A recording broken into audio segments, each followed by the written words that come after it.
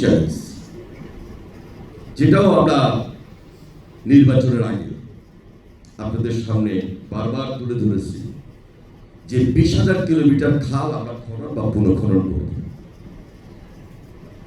যেখানে ভূগর্ভস্থ পানির লেয়ার দিন দিন কমে যাচ্ছে।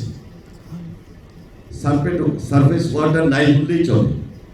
আমার নিজের নির্বাচনী এলাকা মেঘনার পাড়ে আমরা প্রকৃতির চ্যালেঞ্জ বুঝি।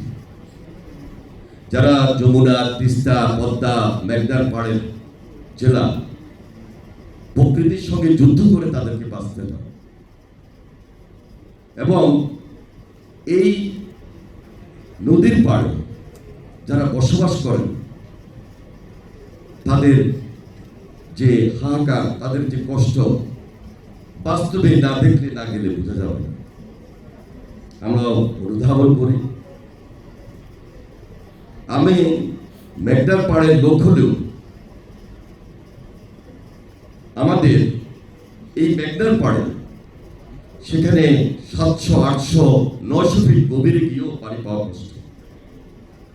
তার মানে ভূগর্ভস্থ পানির লেয়ার কোথায় গিয়ে পৌঁছেছে।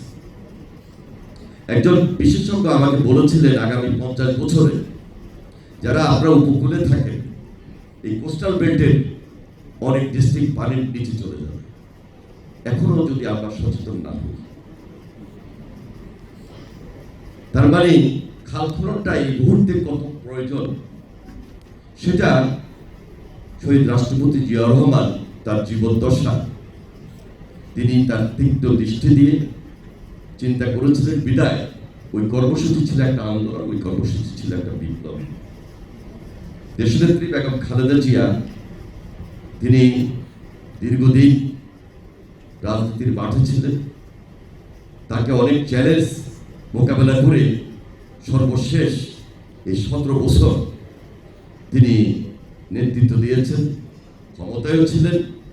সব কাজ শেষ করতে পারেন নাই, বারবার জেলে যেতে হয়েছে, অত্যাচারিত হয়েছে, নির্যাতিত হয়েছে, এবং শেষ পর্যন্ত তিনি আমাদের পাশে নাই।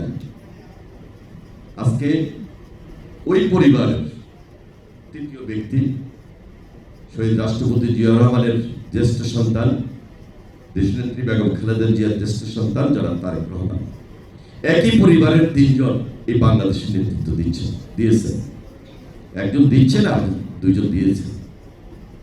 বুঝতে হবে যে পরিকল্পনায় বলেন, জনবান্ধব বা দেশপ্রেমিক সরকার হিসেবে বলেন, বা নিজেদের মধ্যে যদি দেশপ্রেম না থাকতো এই পর্যায়ে আসতে পারতেন না। আজকে দেশের মানুষ এই আন্দোলনের পরে জনাব তারেক রহমানকে তার মাধ্যমে নেতৃত্ব দিয়ে বিএনপিকে আজকে দেশের রাষ্ট্রীয় ক্ষমতায় অধিষ্ঠিত করেছে। আমরা খুব অল্প বয়সী প্রেসিডেন্ট জিয়ার নেতৃত্বে খাল খনন কর্মসূচিতে অংশগ্রহণ করেছিলাম।